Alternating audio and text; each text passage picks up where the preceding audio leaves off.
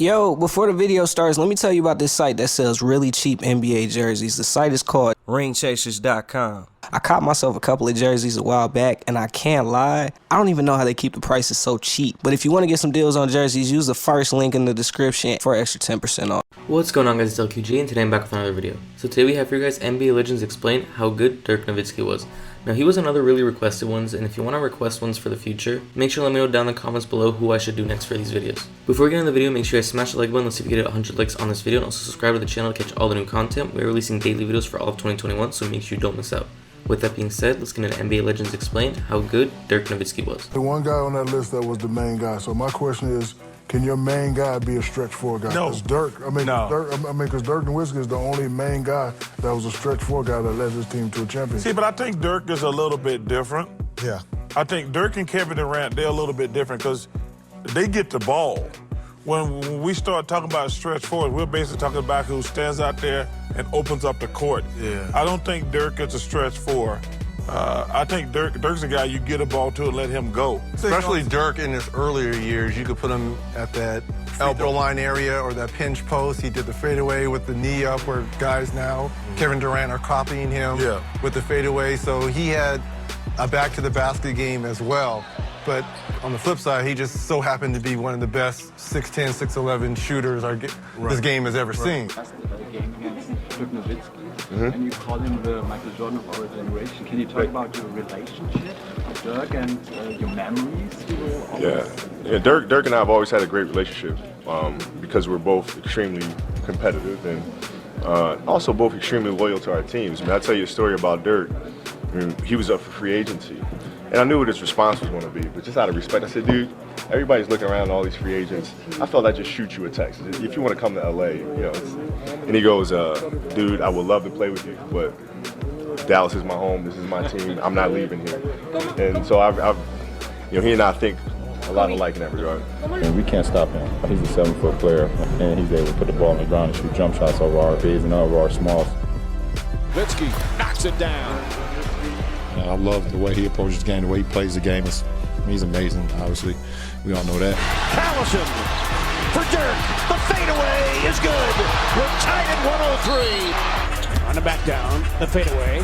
He dirked him off one leg, didn't he? No, I took that from him. So I don't do it as well as him, though. He's been doing it way longer than me. His consistency, his level of play is incredible. I think what solidified him as one of the greats, he just continued to get better and better and better and better to a point where he was unstoppable. Somebody that is unguardable and created a shot that really can't be blocked. Big fan, my hero, shoot the blood out of that thing.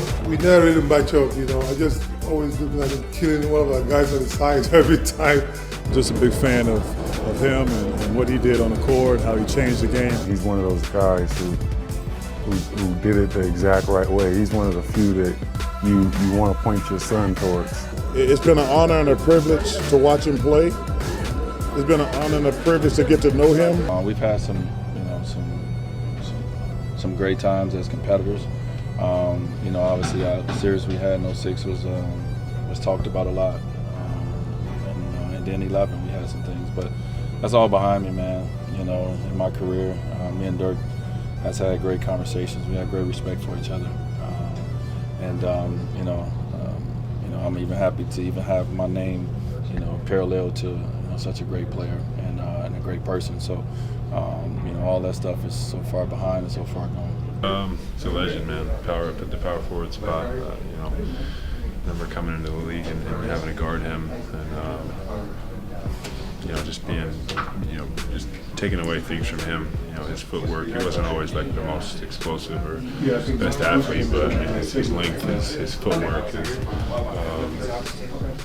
just his work ethic. I think was what set him apart. So all the power forwards, that I played, and that are up there. You know, I have a lot of respect for him. He's no different. What you brought to the game, you know, you're a champion. Your legacy is unmatched in this league, and for you to you know be who you are, do it with such grace, compassion for your teammates, for the organization, for the city, for the whole league. I was always a fan watching you growing up, and it sounds crazy. You're not that old, but you know, I really appreciate what you brought to the game and leave it in a much better place. So thanks. Changed the game in Dallas. You know, somebody that's been a winner, a champion, 30,000 points, you name it, just accomplished everything. I think you're just gonna go out peacefully and quietly, and everybody's gonna praise him. Do you have a favorite memory of just going up against him? No, nothing to that, especially when you're playing against him. You don't have a favorite. Right. Maybe like most notable. Nah. None but respect though for Dirk. He's a legend. Continue to live on. I feel like he deserves a statue in Miami. Just like Dirk is going to deserve one as a 7-footer with unlimited range. Stayed loyal to the Mavs regardless of whether they were up, whether they were down, whether they were in the playoffs, whether they were out of contention. A guy that's been the face of that franchise, and rightfully so, for a really long time, and he deserves everything that they say. He's always been a player to play to his strength. Yeah. He's got that high release. Yeah. He's got a great post game, but he extended it a little bit. Yeah. That Karl Malone elbow type area, the extended post, he became a master at that and could always face you up and knock shots down as well as shoot threes. And I mean, he was just such a great competitor, and just to, you know, play against him, it's not much you can do. I mean, look at that good defense. Come on, I mean, stop him, he jumps off the wrong foot. And the things that people don't see, he gives you that nudge, and that sends you flying a little bit, and you don't want to foul. Yeah. And I mean, he's the guy that really made that one-legged jumper really very popular. I mean, I watched him when he was in high school. I think he played against the USA select team.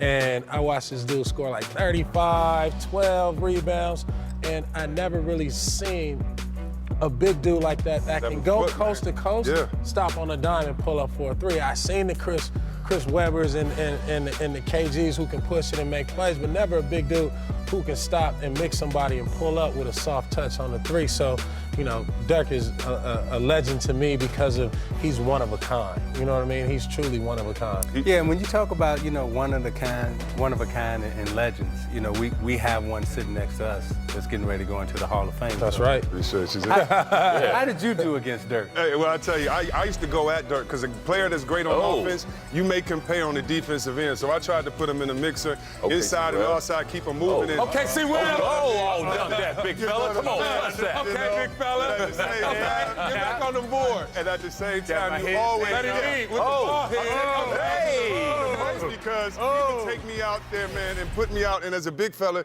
if a screen come and Barron's gonna screen me, and Barron's saying screen.